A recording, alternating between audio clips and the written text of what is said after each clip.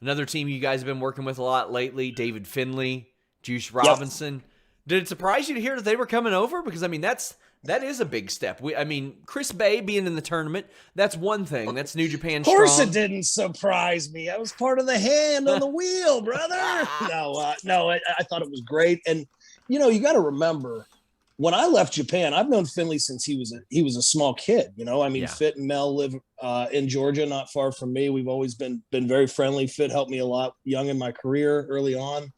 And then I tried to help David as much as I could, not that he needed it when he came to Japan as a young boy, because he doesn't know everybody. And we would take him out to our sponsors and let him hang out, eat with us and hang out. And he was a great kid, but he was in that young boy role. And Juice came over from NXT. He already had some name value, but he was still in kind of that young boy role. So seeing those guys, and we played it up on TV, but it was real. I was pumped to see them come into their own. Like, I think that Finley's improved his look, his style. Like, they're stars now, man. And it comes across on television, both of them.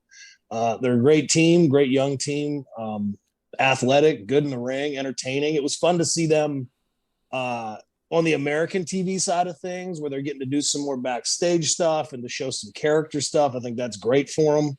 So yeah, like I said, I think that's a team that I would like for Chad and I to do, Carl and I to do a lot more stuff with going down the road.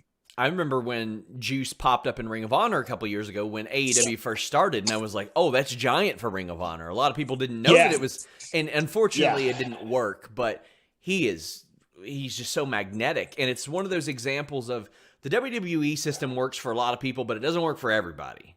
It does not. And he's one of those guys that would have been a star that wrestling missed out on had he not left, because he would have stayed in, I feel like, that same role that he was obviously unhappy in to walk away from. Bet on himself. You got to love that. Goes to New Japan and comes into his own. But I mean, he's a guy that's built to be an American TV star. He really is. So I think it's cool to have them, doing that crossover stuff, because it's great for Impact, but it's also really great for those guys.